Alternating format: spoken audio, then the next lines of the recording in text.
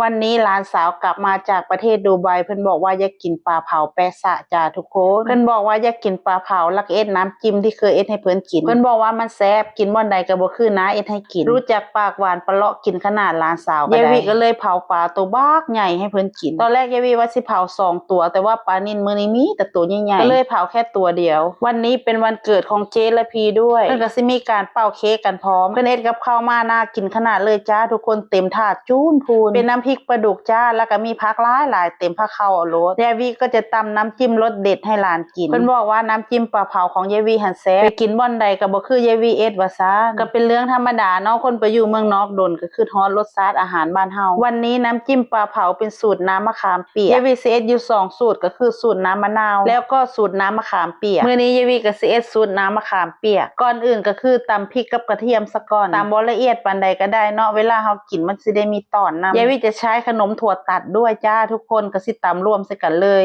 เสร็จแล้วก็จะเอาขึ้นไฟจ้าเฮาก็สิเอาน้ำมะขามเปียกกับน้ำตาลปี๊บนี่ใส่ลงไปเลยปลาก็สุกเรียบร้อยแล้วจ้าตัวบักใหญ่กำลังหวานเลยจากนั้นเฮาก็ยกขึ้นไฟจ้าทุกคนเอาไปเคี่ยวซะก่อนเคี่ยวจนได้ที่แล้วเฮาก็ปรุงรสก็ง่ายจ้าทุกคนใส่แต่ชูรสกับเกลือก็พอจากนั้นเฮาก็ตักส่วนผสมที่เฮาตำลงไปเลยพอตักส่วนผสมลงไปเสร็จเรียบร้อยแล้วเฮาก็คนเลยแล้วก็ตั้งไฟสักพักนึงจ้าเฮาสิเคี่ยวสักพักนึงเนาะแล้วเฮาก็มาชิม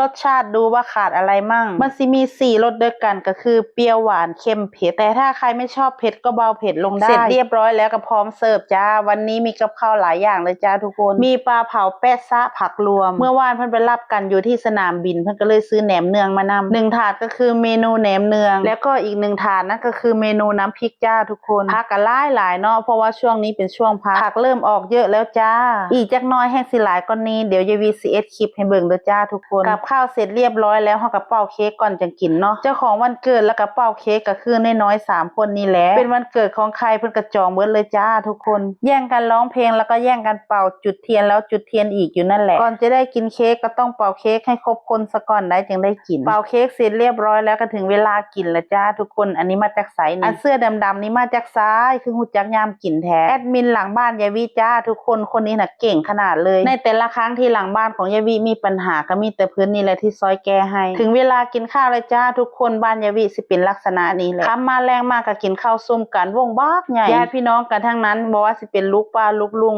โฮมกันอาเนี่ยเขาชอบมากินข้าวบ้านยายวีจ้าทุกคนเพราะบ้านของยายวีน่ะมีครบทุกอย่างเลยถ้าแม้นกับเจ้าบ่มากินข้าวน้ำก็รู้สึกว่ามันขาดอีหยังไปสักอย่างนี่แหละสุดท้ายก็ต้องเอิ้นกันมากินข้าวซุ่มกันคือเก่าจ้าช่วงนี้ก็สิเห็นเอ็ดกับข้าวลงคลิปบ่อยมากเพราะว่าหลานสาวกลับมาจากดูไบอยากกินอันนั้นแน่อยากกินอันนี้แน่เพิ่นก็บอกให้นาเวทของเพิ่นให้เอ็ดให้กินแน่ส่วนนาเวทเพิ่นก็มักเอ็ดกับข้าวอยู่แล้วเนาะพอเวลาหลานบอกให้เอ็ดก็จัดไปเลยจ้าทุกคนครอบครัวตัวกลมก็เป็นจังซี่ละเนาะมักกิน